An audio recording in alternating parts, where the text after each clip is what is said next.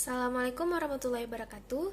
Kami dari kelompok 4. Di sini saya akan memperkenalkan anggota dari kelompok 4. Ada Faizan Zami, Mauli Syakira, Maisyita Rahadatul Aishi, Fadilatul Zora, dan Uzlifatil Jannah. Di sini kami akan menjelaskan materi tentang isolasi reproduksi. Nah, isolasi reproduksi adalah ketidakmampuan organisme seksual untuk dapat melakukan kawin silang. Isolasi reproduksi merupakan bagian integral dari konsep spesies biologis. Konsep spesies biologis mendefinisikan spesies sebagai populasi yang anggotanya kawin silang atau berpotensi kawin silang satu sama lain dan menghasilkan keturunan yang subur. Ini berarti bahwa isolasi reproduksi memisahkan satu spesies dari yang lain. Spesies yang telah berevolusi dari isolasi reproduksi tidak dapat mereproduksi satu sama lain atau tidak dapat menghasilkan keturunan yang layak atau tidak mampu bertahan hidup. Mekanisme isolasi reproduksi mencegah aliran gen antara spesies yang berbeda dan membatasi perkembangan hibrida, yaitu keturunan dari dua spesies yang berbeda. Satu mekanisme isolasi reproduksi mungkin tidak sepenuhnya menghalangi aliran gen, tetapi kombinasi dapat secara efektif memisahkan lungkang gen suatu spesies. Ada berbagai jenis mekanisme isolasi reproduksi ini, yang dapat dikelompokkan menjadi dua kategori besar, yaitu prezigotik dan pozigotik. Prezigotik adalah mekanisme isolasi reproduksi yang dapat mencegah pembentukan zigot. Ada 4 hambatan dari prezigotik ini. Ada isolasi temporal, isolasi geografis, isolasi perilaku, dan hambatan gamet. Baik, hambatan yang pertama adalah isolasi iklim. Nah, isolasi iklim adalah isolasi reproduksi yang terjadi apabila dua spesies simpatrik memiliki masa inkubasi kelamin pada musim yang berbeda. Contoh dari isolasi iklim adalah Pinus radiata dan Pinus muricata. Pinus radiata dan Pinus muricata adalah dua jenis pinus simpatrik yang terdapat di daerah California. Mereka dapat mengadakan persilangan, tetapi hal ini jarang sekali terjadi karena Pinus radiata mengeluarkan serbuk sarinya pada permulaan bulan Februari, sedangkan Pinus muricata baru mengeluarkan serbuk sarinya pada bulan April, sehingga mereka sulit untuk melakukan persilangan. Baik, sekian saja materi dari saya. Assalamualaikum warahmatullahi wabarakatuh. Kali ini saya akan menjelaskan tentang isolasi musim. Isolasi musim adalah musim kawin antara hewan betina dan hewan jantan. Nah, isolasi musim ini memiliki pengertian yaitu memiliki tingkat kematangan gamet yang terdapat betina pada hewan betina dan hewan jantan yang berbeda-beda. Nah, biasanya isolasi musim ini akan menyebabkan fertilisasi yang tidak terjadi pada hewan. Penyebab tidak terjadinya fertilisasi pada hewan betina itu disebabkan karena masa matang antara gamet jantan dan gamet betina yang berbeda-beda sehingga tidak dapat menyebabkan terjadinya proses fertilisasi. Isolasi musim ini terjadi ketika dua subspesies disilangkan secara buatan sehingga menghasilkan hibrid, tetapi masa kematangan gametnya itu berbeda-beda pada 1 tahun. Walaupun kedua hewan tersebut terdapat pada satu wilayah, tetapi akan tidak terjadinya proses reproduksi atau fertilisasi karena kematangan gamet yang berbeda-beda.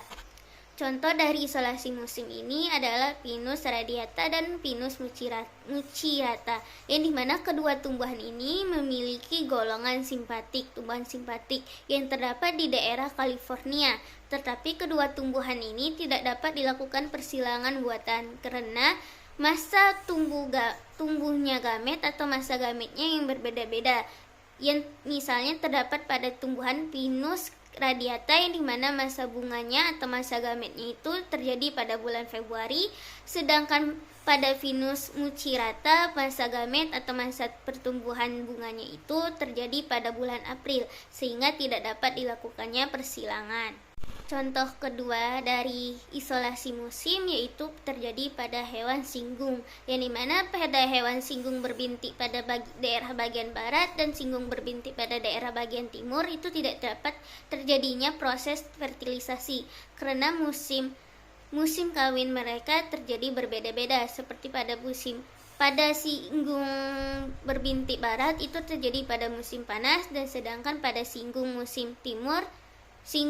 daerah timur terjadi pada musim dingin. Sekian materi tentang isolasi musim.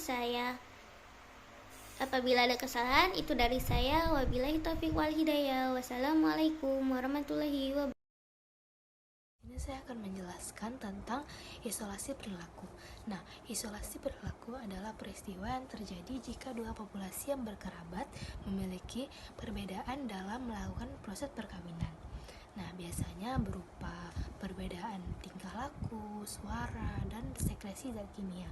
Nah, umumnya isolasi perilaku ini terjadi pada burung dan ikan. Contoh dari isolasi perilaku ini misalnya ritual kawin yang berupa biasanya panggilan dan tarian dari masing-masing spesies. Nah, yang bertujuan untuk melakukan reproduksi antara betina dan jantan yang sama spesiesnya. Jika ritual tersebut tidak cocok, maka reproduksi gagal dilakukan, yang akan mengakibatkan spesies tersebut akan terisolasi. Isolasi mekanik.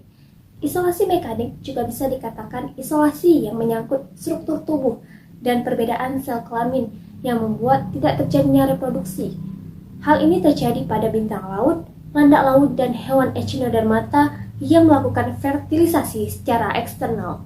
Hewan-hewan tersebut memiliki perbedaan molekul yang dapat mengikat sel telur dan spermanya sehingga menghalangi terjadinya fertilisasi silang antar spesies.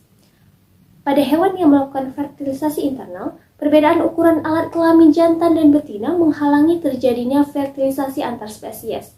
Isolasi singkatnya adalah ketidakcocokan organ seksual, bisa karena bentuk organ seksualnya, lokasi organ seksual, dan perbedaan ukuran, sehingga organisme tidak dapat berpasangan. Contoh isolasi mekanik yaitu tidak memungkinkan terjadinya perkawinan antara anjing dan kucing karena perbedaan alat kelamin.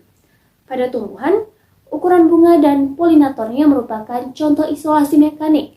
Tumbuhan memiliki isolasi mekanik yang cukup berbeda karena ukuran dan bentuk tidak relevan dengan proses reproduksi tanaman.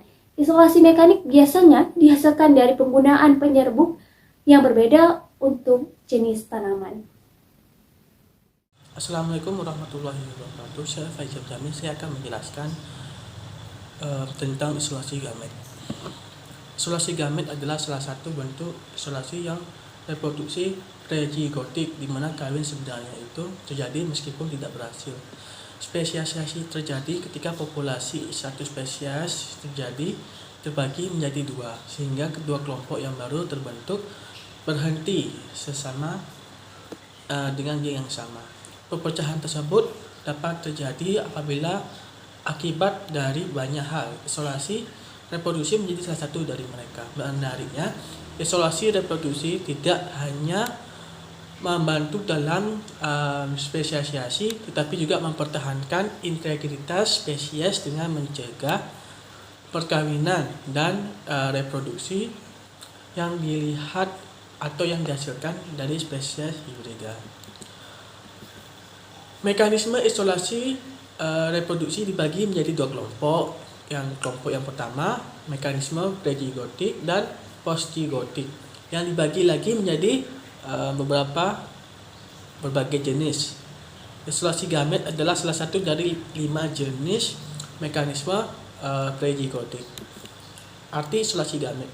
Isolasi gamet adalah mekanisme isolasi reproduksi yang menghambat perkawinan antara dua spesies yang berbeda, dengan memastikan bahwa gamet mereka itu tidak berinteraksi satu sama lain.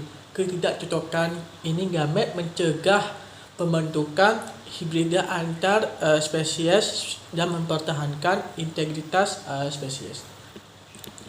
Cara kerjanya isolasi gamet: saat reproduksi seksual, sel sperma atau sel gamet itu menyatu dengan telur atau dengan ovum gamet betina untuk membentuk jigot-jigot tahap perkembangan awal dari embrio.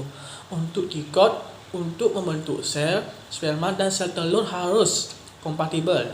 Jika mereka tidak, maka pembuahan tidak akan terjadi, yang pada gilirannya akan menghambat pembentukan zigot. Jika sel sperma dari spesies tertentu datang dalam kontak dengan telur dari spesies yang berbeda, itu hanya akan gagal dan menembus sel telur sebagai hasil dari make-up kimia. Dengan demikian, fusi sperma dan sel telur tidak akan terjadi. Tidak bahwa pada gilirannya akan mencegah hibridisasi. Isolasi reproduksi gamet ini terutama terlihat pada spesies yang bereproduksi secara eksternal, terutama spesies laut dan spesies tanaman berbunga.